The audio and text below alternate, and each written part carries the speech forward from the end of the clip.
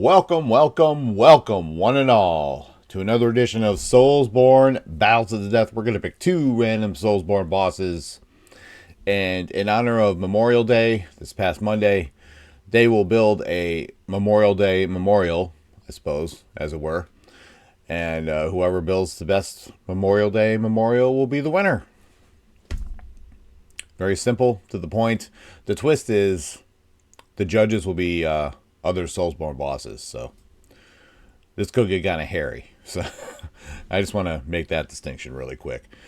Yeah, it could get pretty bad. All right, two SoulsBorne bosses in a battle to the death in a Memorial Day building memorial. I don't know. We're gonna move on. All right, the battlefield has been cleared. It can house any and all SoulsBorne bosses. It housed all of them a couple weeks ago. So we are going to see who we are going to land on in this battle to the death. Contestant number one is... Oh, no.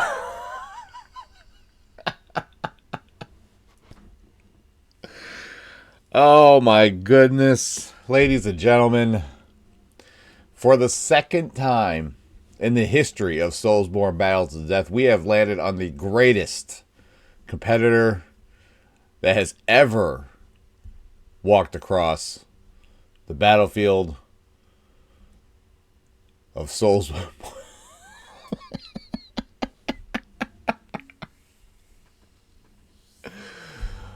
Oh my goodness. Oh, why do I torture you guys? Why do I do this to you? Because it's funny. That's why. It's funny. It's very funny. You can't sit here and tell me it's not funny. I mean, I'm laughing. I don't know, if you're not laughing, I don't know what to tell you. Like, seriously. And look at that stupid face. I had to pick the dumbest, most obnoxious picture that I could possibly find.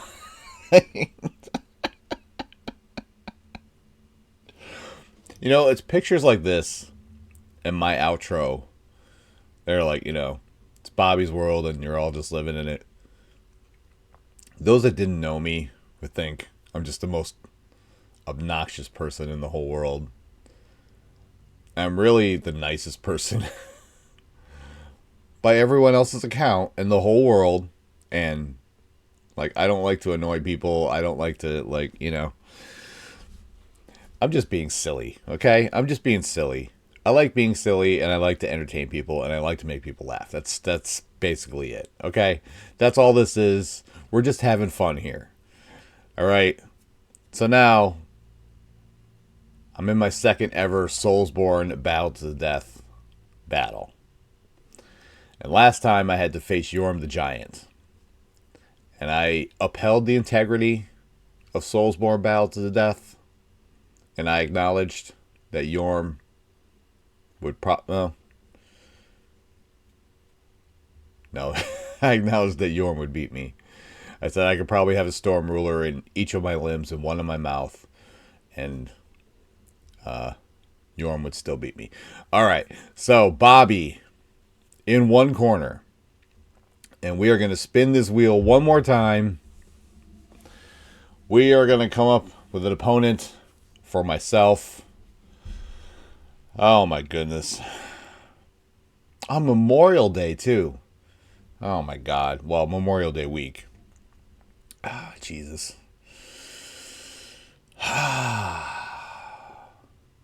My kids are going to be just completely beside themselves. With laughter. They're just going to laugh their asses off. Because I'm probably going to get my ass handed to me. All right. Bobby in one corner, and in the other corner we have Gravelord Nito. Well, I think that pretty much does it. So, all right. We are going to go to the contractually obligated bios. For the record, I do think there are some SoulsBorne bosses that I could take. And I have stated in the past that if I landed on myself in Pinwheel is going down. Like there's no ifs or buts about Pinwheel. So I'm just not doing it. I'm not doing it. But anyway, now I'm rambling. We're going to the contractually obligated bio. So let's have a look at Bobby. Oh, me. What is there to say about me? Alright, everything I'm about to tell you guys is 100% true, and I swear that on both my boys' lives. Okay? I am the youngest of 8 children, but I have never met my siblings. They all live in Thailand, where my mother was from. I suspect that when my mother and my father met, my dad was in the military. Well, I don't suspect that. I know that. My dad was in the military. But I suspect that when they met and fell in love in Thailand, that my mom was trying to escape her family life. I wish I could give you more details on that, but my mom didn't really want to talk about it. And then when my mom passed, I tried to get my Aunt Dang to talk about it, and she didn't want to talk about it either. So, so there was something going on there that I don't know about. 2 of my siblings, as far as I know, have passed away due to drug overdose. So that's about all I know about that. I had a pretty good childhood. I had good friends. There are some hiccups here and there that I think I've talked about in the past. I worked various jobs after I turned 18. Oh, I dropped out of school when I was 16. I don't recommend that, children. And I got my GED 12 years later. I worked at Walmart for 7 years before I had to leave after coming down with a vestibular condition called right unilateral vestibular hypofunction, which is basically my right eye, when I look to the right, it would shake and would throw off my entire balance system. I passed out cold at Walmart on Black Friday 2007 ? Yes, 2007. Had to be taken out in the ambulance. It wasn't Walmart's fault. I don't hold any grudges. It was my own fault, really. I worked a long time without a break. I could have taken a break whenever I wanted, and I didn't take one because I'd never done that on Black Friday in the past, and I did it to myself. So they tried to work with me every step of the way, and I had just gotten so sick it wasn't going to work out. That was the beginning of my 10 years of dealing with my health issues that I've talked about in the past, seeing doctors, neurologists, and all that nonsense.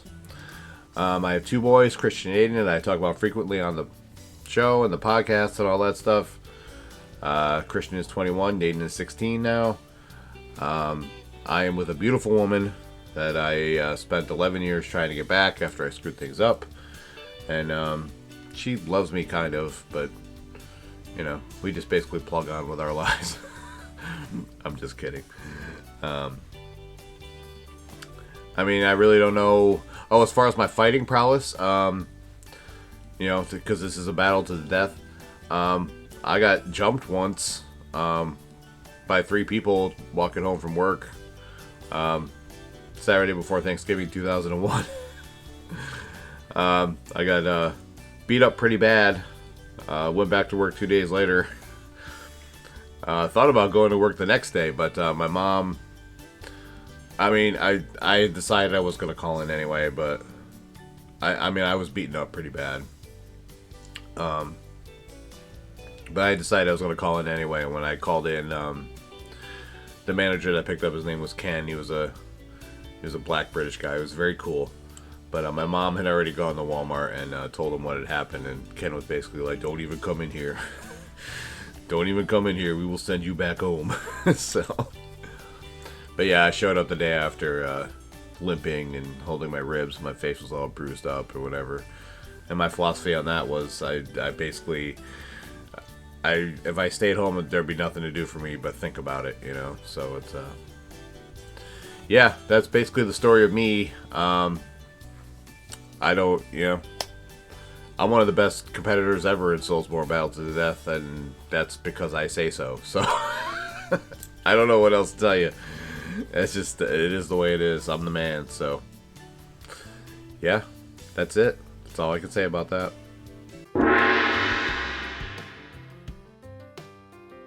After the first flame appeared in the world of Dark Souls, Gravelord Nito was one of the first primordial humanoid beings that appeared underground, bringing life, death, and disparity.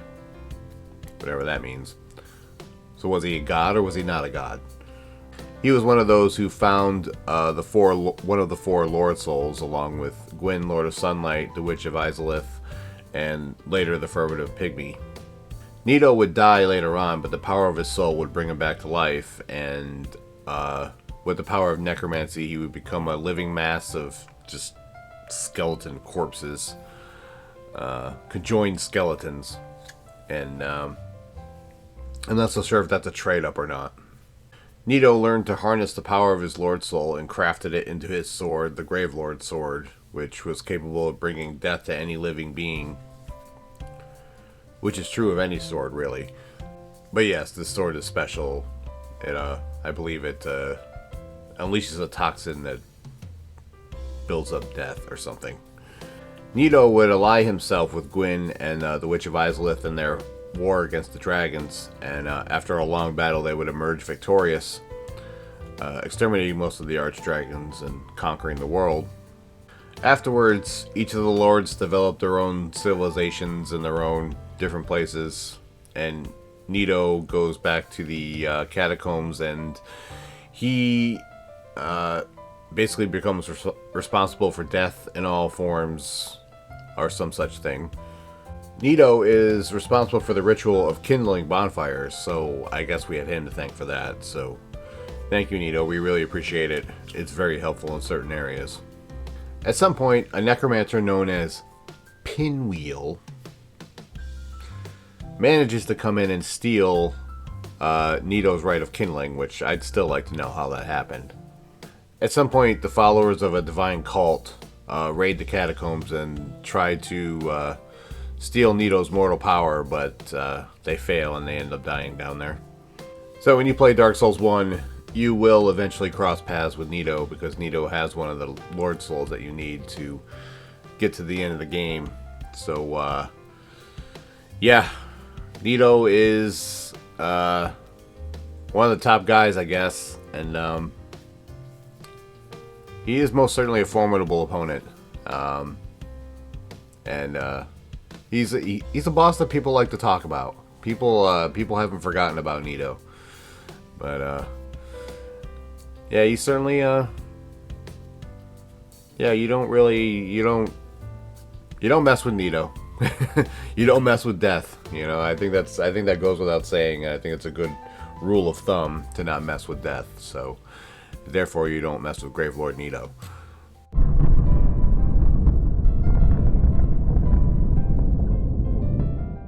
Hey Google.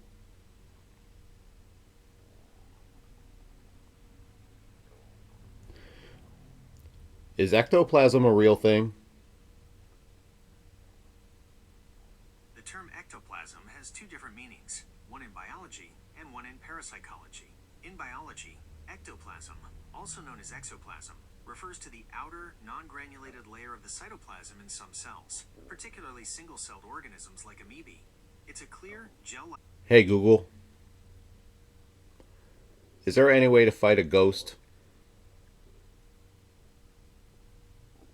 While the concept of fighting a ghost is more common in fiction, some people believe there are ways to protect oneself or deal with unwanted paranormal activity. It's important to note that these methods are based on belief and anecdotal evidence, not scientific proof. Here are some approaches people consider. Spiritual and energetic protection. Strengthening your aura. Some believe a strong personal energy field can act as a barrier. Practices like meditation, grounding exercises, visualizing things connecting you to the earth. So, as I have stated earlier, I would give myself a fair chance against certain bosses in SoulsBorne Battle to the Death. But, of course, in, my first run, I got put up against Yorm the Giant. And now in the second run, the gods of SoulsBorne Battle to the Death have put me up against the very face of death itself. And as my children have pointed out when I first got picked against Yorm the Giant, I can't even dodge roll without getting dizzy. So I don't think it's fair to say that I stand very much of a chance against Gravelord Nito. Once again, I must preserve the integrity of SoulsBorne Battle to the Death, and I will continue to do so. I would not stand very much of a chance against Gravelord Nito. It would not take Nito very long to dispose of me, no matter what I did. I could probably throw rocks at him, maybe throw a few puny kicks, maybe throw some SpaghettiOs at him. I don't know, but in the end, none of it will work, and Nito will dispose of me in short order.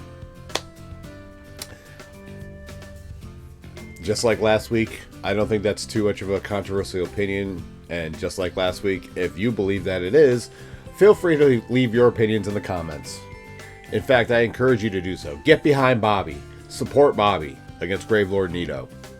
And with that, yet another episode of SoulsBorne Battle to the Death draws to a close. RobertBlanchardBooks.com. If you're interested in the award-winning Roar of a Dragon series, you can read the first 3 chapters of each book there for free. If you'd like to hear more about them, the Rise of Dragons podcast, wherever you find your favorite podcasts. My Linktree, my Instagram, my Twitter, all Bobby's World 2110. Mondays, 3 p.m. Eastern Standard Time is, I am assuming, because I'm recording this ahead of time, Dark Souls Remastered, the No Estus run. So, I hope that's going well. I hope you guys are enjoying it. I've been looking forward to that for a long time. I wanted to do that. After I finished Sekiro, I was gonna do that, and then I really wanted to fit Elden Ring in there. I know I talked about this before, but I know I wanted to fit Elden Ring in there, but Elden Ring is so massive, so I came up with the idea to split it into volumes by, Limgrave, Learning of the Lakes, Caelid, whatever. So that's what I started doing, and Volume 1 Limgrave wrapped up a couple of weeks ago. So now we are on to Dark Souls Remastered, and like I said, I was really looking forward to that one. So I think it's going to be fun, and we're just going to see how it goes, I'm very excited, so I hope you guys are enjoying that. And Wednesdays, 3 p.m. Eastern Standard Time is what you're watching right now. SoulsBorne Battle to the Death. So, as you've seen in the last couple weeks, anything can happen. We had a SoulsBorne Battle Royal a few weeks ago, and this week I got picked to face a SoulsBorne boss for the second time. And once again, it did not end well. So, you never know what's going to happen here on the channel sometimes. So, yeah, stick around for more of that if you are interested. Leave a like, subscribe, notifications, and all that nonsense. I hope everyone had a great Memorial Day. I was working, so, and for me, that's okay. I don't mind, especially with extra pay. No big deal to me. I hope everyone's life is going well. I keep talking about there's been a lot of stuff going on, but I think I'm coming out the other side. I think everything's headed in a definite upward turn. So yeah, that's a good thing. It's a very good thing. So it's been a long, bumpy road, and I think now it's time to smooth things out and just keep on trucking along. I think that's all any of us can do. And yeah, that's pretty much it. So I hope everyone has an outstanding week. Be well, stay safe, and as always, it's Bobby's World, and you're all just living in it. So yeah, see you for live, y'all. Bye. What's going on, guys? Thank you for checking out the video today, but I got a question for you. Did you know I wrote a book? Did you know I wrote 3 books? Did you know that they're all part of the same series? The Roar of a Dragon, The Treachery of a Weasel, and The Cry of a Raven. ReadersFavorite.com says that its intensity rivals that of the Game of Thrones series. Now, I personally think that's crazy, but it's not for me to judge. It's for you to judge. Go to robertblanchardbooks.com and you can check out the books right now. But wait, that's not all. All 3 books got 5-star reviews in readersfavorite.com. These books won the silver medal in the Literary Titan Awards. The Cry of a Raven won silver at the Global eBook Awards. So what are you waiting for? Read about Aiden's dream to become a Knight of Delmar. Read about his death and resurrection. Oops, I gave that away, didn't I? And read about his journey back home from 3,000 years in the future to stop the evil that started in Delmar. Go to robertblanchardbooks.com. You can read the first 3 chapters of each book there for free. And then, if you're interested, you can buy the books there as well. And if you've already read the books or you just want to hear more about them, you can check out the Rise of Dragons podcast. You can listen to it wherever you listen to your favorite podcast. And in every episode, I cover a character from the book, an event from the book, my journey into writing, and everything in between. Ripley, what do you got to say about all this? Give me a treat or I will end you. You know she's telling you to check out the books. Go to robertblanchardbooks.com to check out the books or listen to the Rise of Dragons podcast if you want to hear about them. That's all I got to say, and thank you for watching this video.